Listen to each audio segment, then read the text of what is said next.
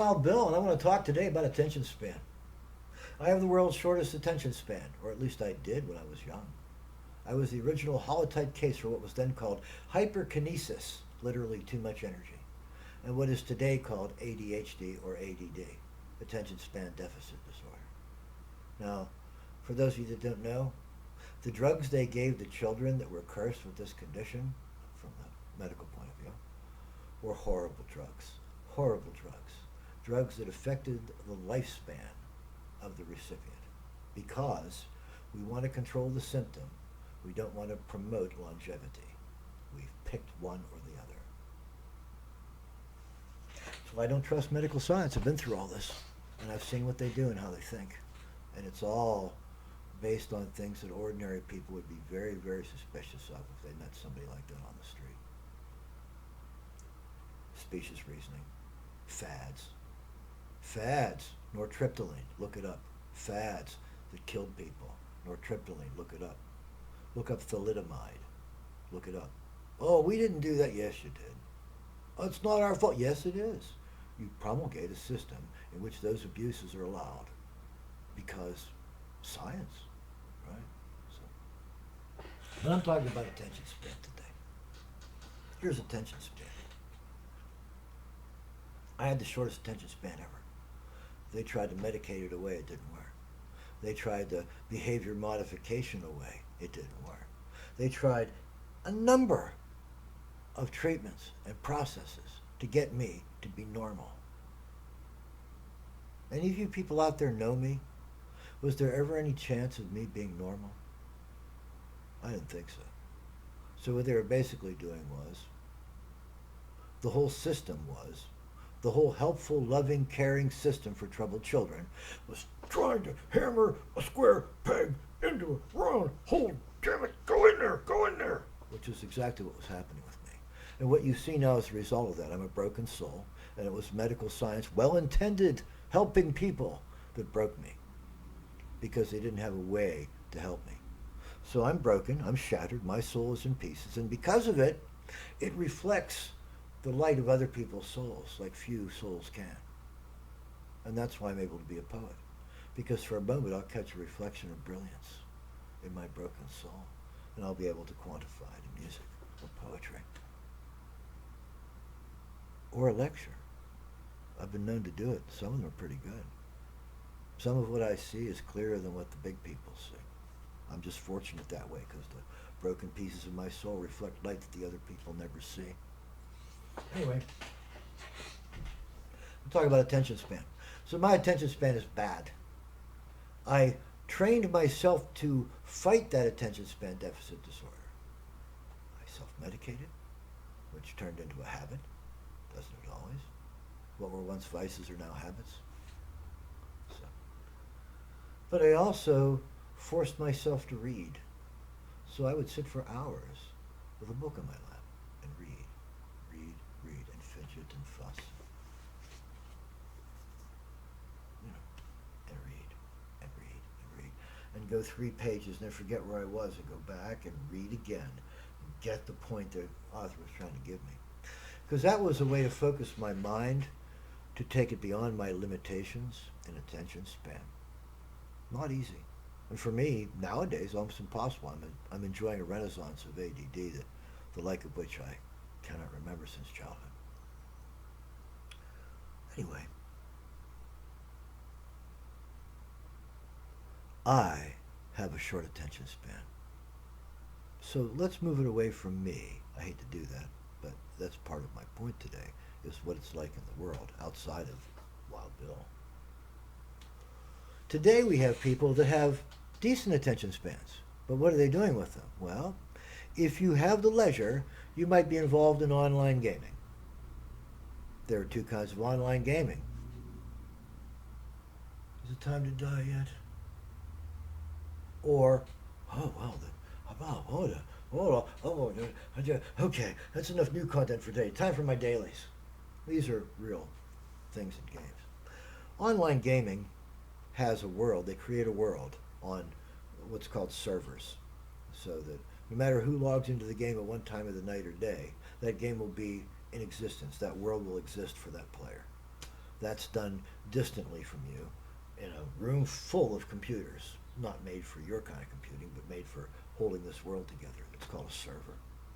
And to have a huge subscription game like World of Warcraft, you need thousands of servers.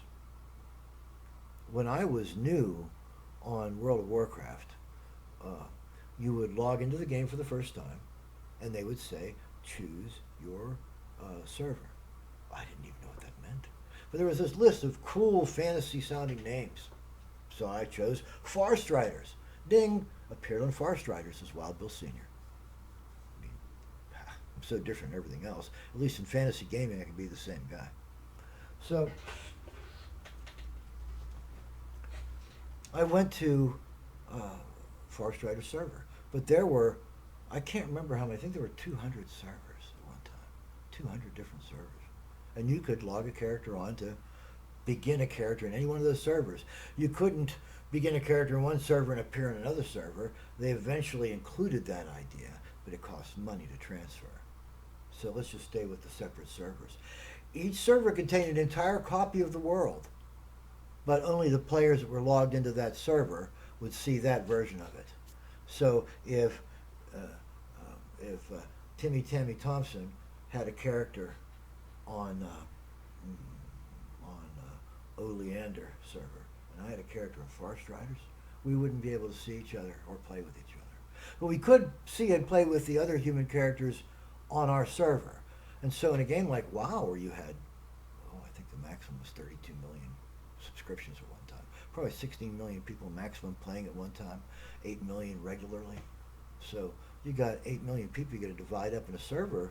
It can only hold so many people before it starts breaking down from the amount of data that has to be transmitted, processed, and transmitted to the new guys. What if you had 1 million people on your server, you had 1 million computers, all throwing spells, all fighting one monster at the same time? Imagine your computer trying to register all that by first passing that data through their server. Okay, the server says we've changed this way, in this millisecond. We've changed. Now pass it to this guy, he's got to process it. And that creates a thing called lag, where you think you're fighting, but you're really 10 minutes in the past, and you're already dead. That's no fun. So what they do is, to mitigate that problem, to alleviate it, is to create more servers. And so, as I said, wow, one time I had 200 servers. Those servers cost a lot of money. That's just the basic game. But now that they got you, and there's a limited amount of content, right? You've explored the whole world now. Now what? Well, you're going to find a new game, aren't you? Because you've already done this one, right? I can only play Chutes and Ladders so many times. It's time to move up to Hungry Hippos. You know what I mean?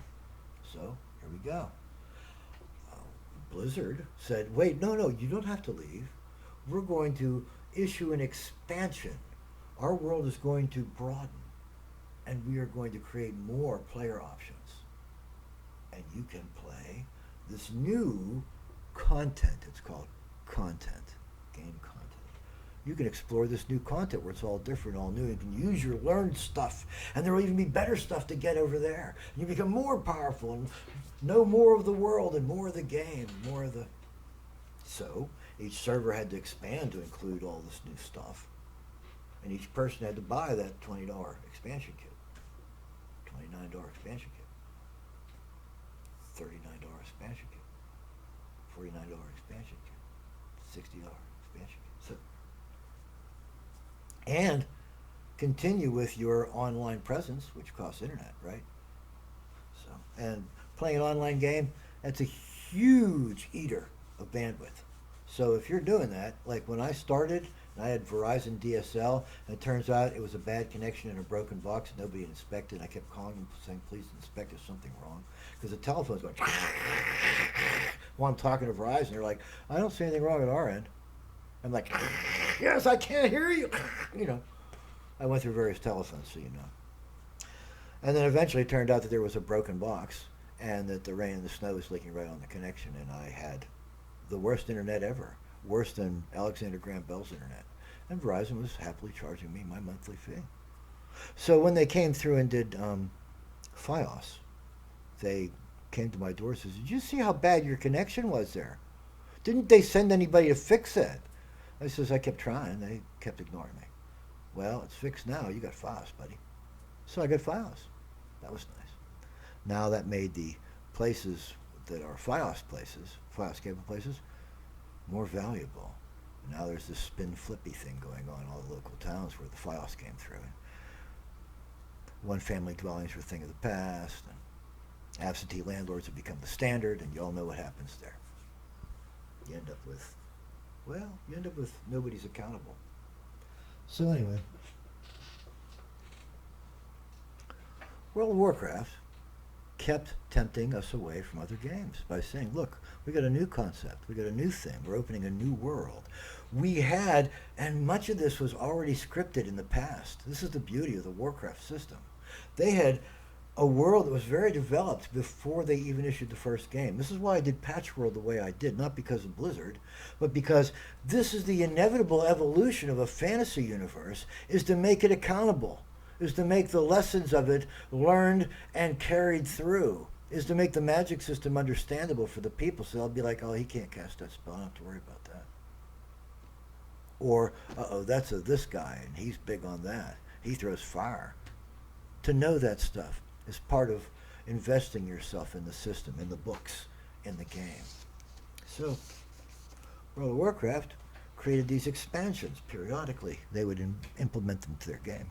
And you would keep in World of Warcraft waiting for this expansion to come while you're playing the same old game and the same old game. And you can, you run the same quests every day in the hopes of getting a certain piece of dropped gear. In other words, a certain magical treasure that is more likely to appear in this particular dungeon than anywhere else, or is associated with that particular dungeon. So you run it day after day, hoping that it will fall from a monster or appear in a chest. And it may or may not. It's all based on, political, or not political. It's all based on statistical calculations. You have a die roll every time you go to look in that chest, and that die roll says if it's not a 100 confirmed by another 100, well, you're not going to get that piece of gear, so you're going to be doing that a long time. And that creates a different sort of habits than the new explore the world thing does. But that kind of playing is called dailies. So when I says, well, let's go do our dailies today, that's what you do. You do your dailies trying to grind that gear that you don't have yet. And then when the new expansion hits, bang, you're into it. And you burn through it in a couple months, and you're already bored again. Now we're talking attention span. Remember I started talking about attention span?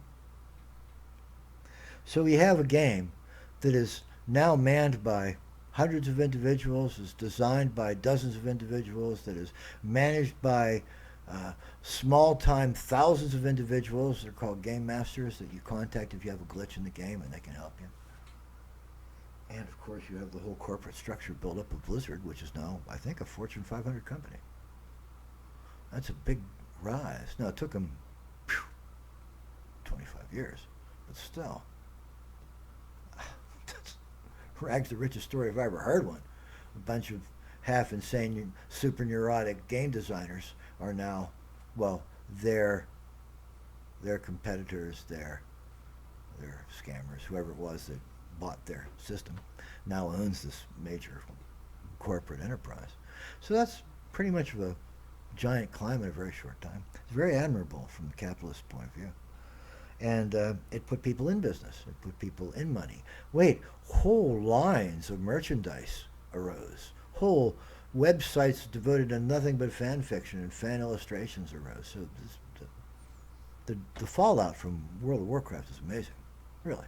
It has reinvented the gaming industry. We don't give it credit, but we should. Now, once new content comes, I played WoW a long time. I played a lot of new content patches. And I was never done with one when the next one came out. But my friends who are first-rate players were done within a month and a half. They were down to grinding one particular dungeon in the new content, just in the hopes that one piece of gear that's associated with it would fall. So they'd all be in the best gear.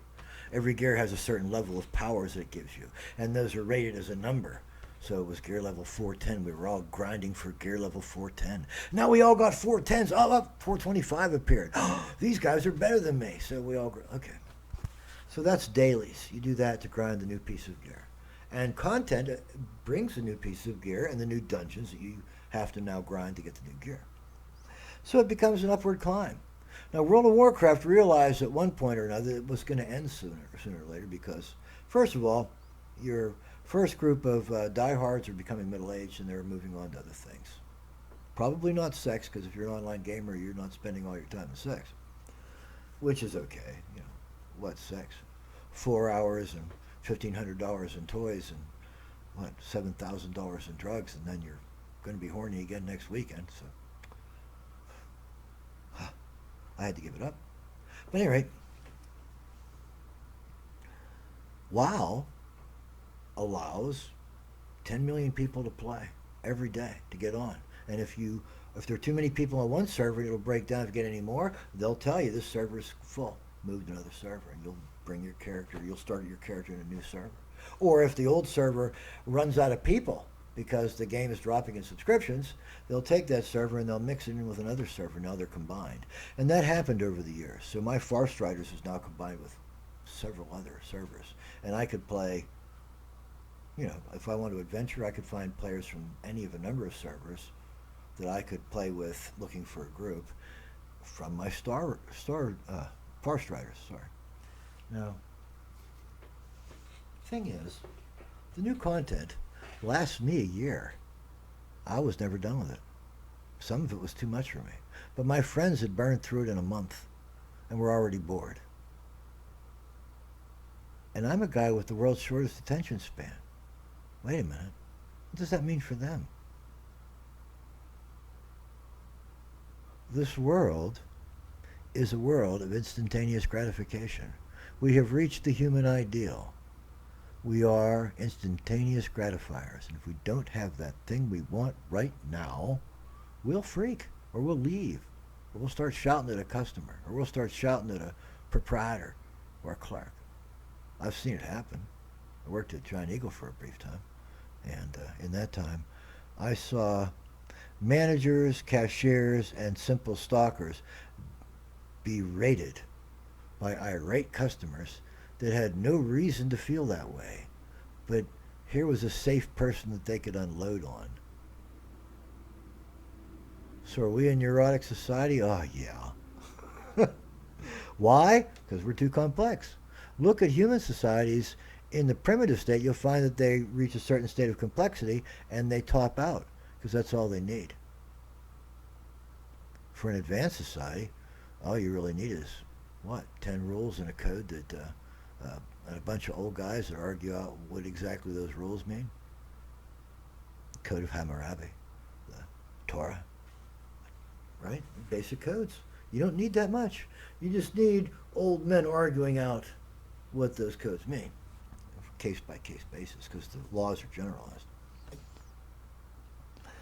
Today, we don't have time for old men to do that, so we have what's called lawyers. You go to school for it, you specialize.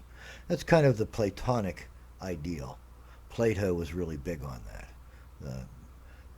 Trying to remember who wrote it. I think it was his Republic. Is a collection of essays about what the perfect government would be.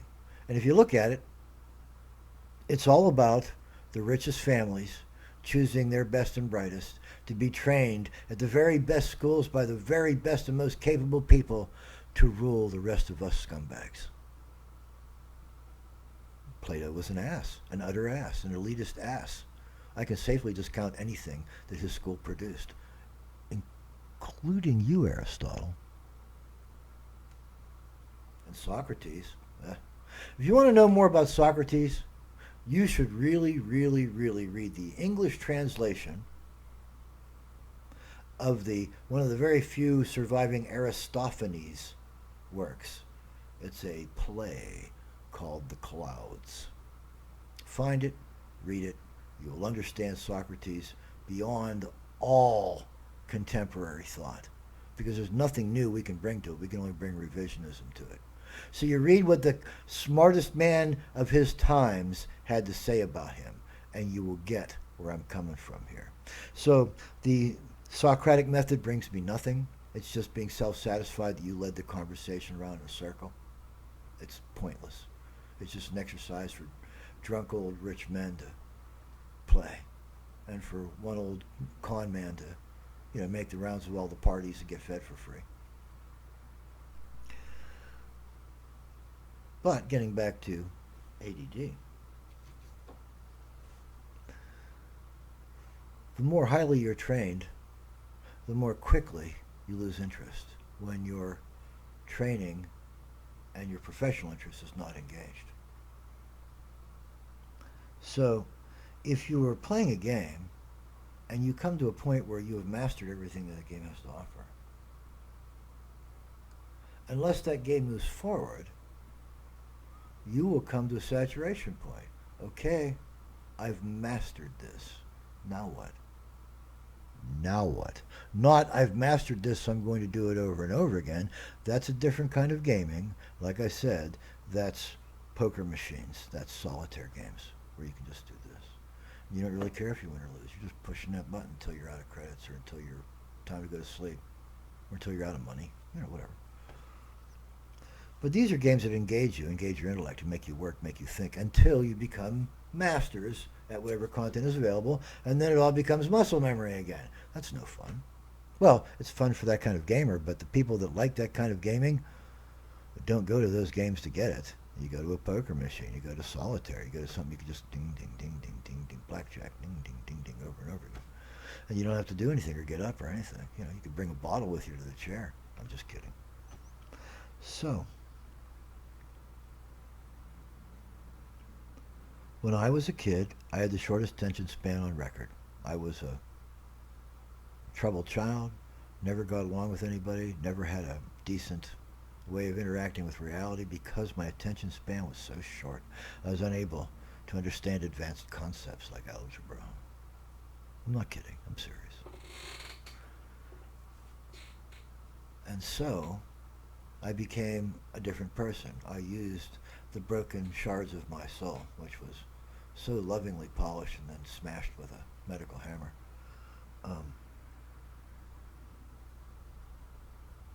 to do things that no person outside of my condition could do. I must be pleased with that.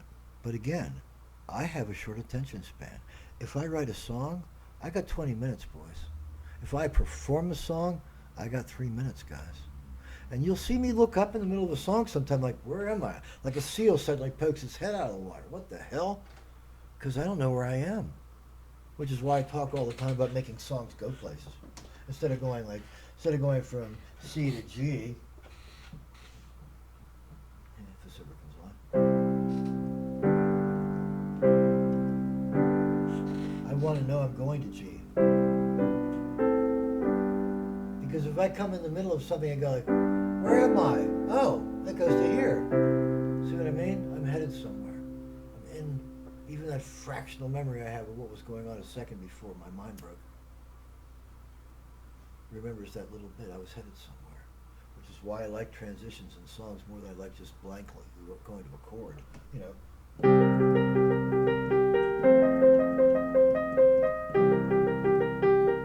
Right? I want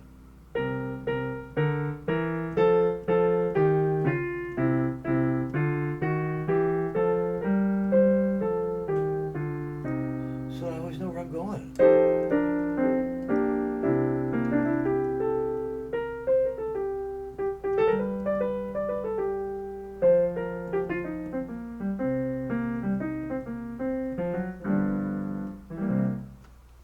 Just using a minor pentatonic. Anyone can do it. Anybody can do it. And you should learn to do it in every key. Because your singer is not unlimited. Your singer has to sing a song where the voice is comfortable with the melody. If not, the singer will burn the voice out quicker. And that singer will not be able to sing if you get a lot of gigs in a row. That's dumb. So you have to couch every single song in your band's repertoire that the singer sings where the singer can sing it comfortably. Just like you don't want to like me going like this all the time because it'll hurt your hands. You don't want the singer doing that with his voice either, or her voice either. So,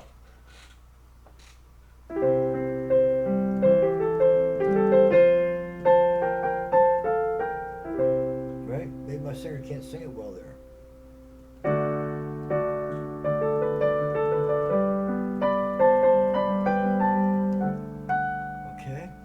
that's not right either.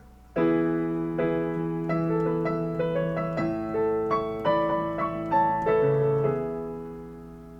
maybe the singer needs it here.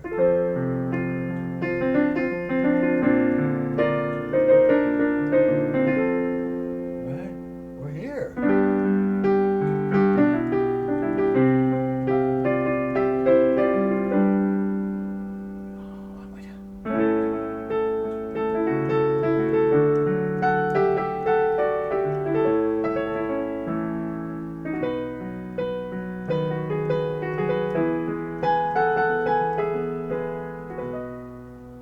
I just did it in 7 keys. Because my singer might not be able to sing it in C. Yeah, I can reach that. Yeah, but are you straining?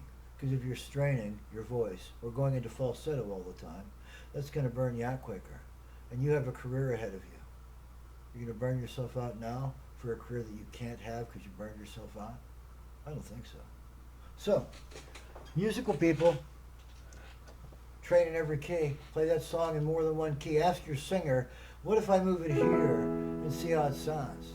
You may find through experimentation, just because you're like, hey, this is fun, I'll try it here. You may find through experimentation that you can't do that and you should stay on the same key you know, because otherwise you get confused, and that's all right. I've been through that stage. I still am in it in some things. Or you may find that at one point your singer goes, wait, that's even better than the way I've been singing it. And suddenly you've got a treasure on your hands because you did a little bit of extra experiment. Just a thought. So, this is why attention span is important. Because if I hadn't kept attention span through focusing myself on reading, focusing on myself on music, I would never have been able to get to the point where I could say, well, as it is in C, so it is in D. And as it is in D, so it is in E. And as it is in E, so it is in F. And as it is in F, so it is in G. And as it is in G, so it is in A flat. Yeah, all those relationships say the same, even if the chords and the names have weird sounds. Yeah. They didn't do that on purpose, by the way. It's just that the system of quantifying chords is amalgamated. It was built up over time. Nobody just wrote it out at one point and everybody does it that way. So we all end up with this terrible folk tab trying to figure out what that means.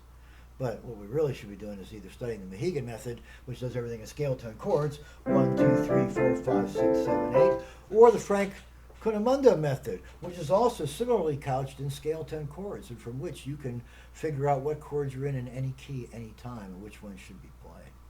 Yeah, but that requires attention span. And we live in this age today of instant gratification. So that what used to be a short attention span when I was a kid, the shortest ever, is now considered to be almost normal. Oh, is that weird? If anybody can say what a long, strange trip it's been, I'm on that list.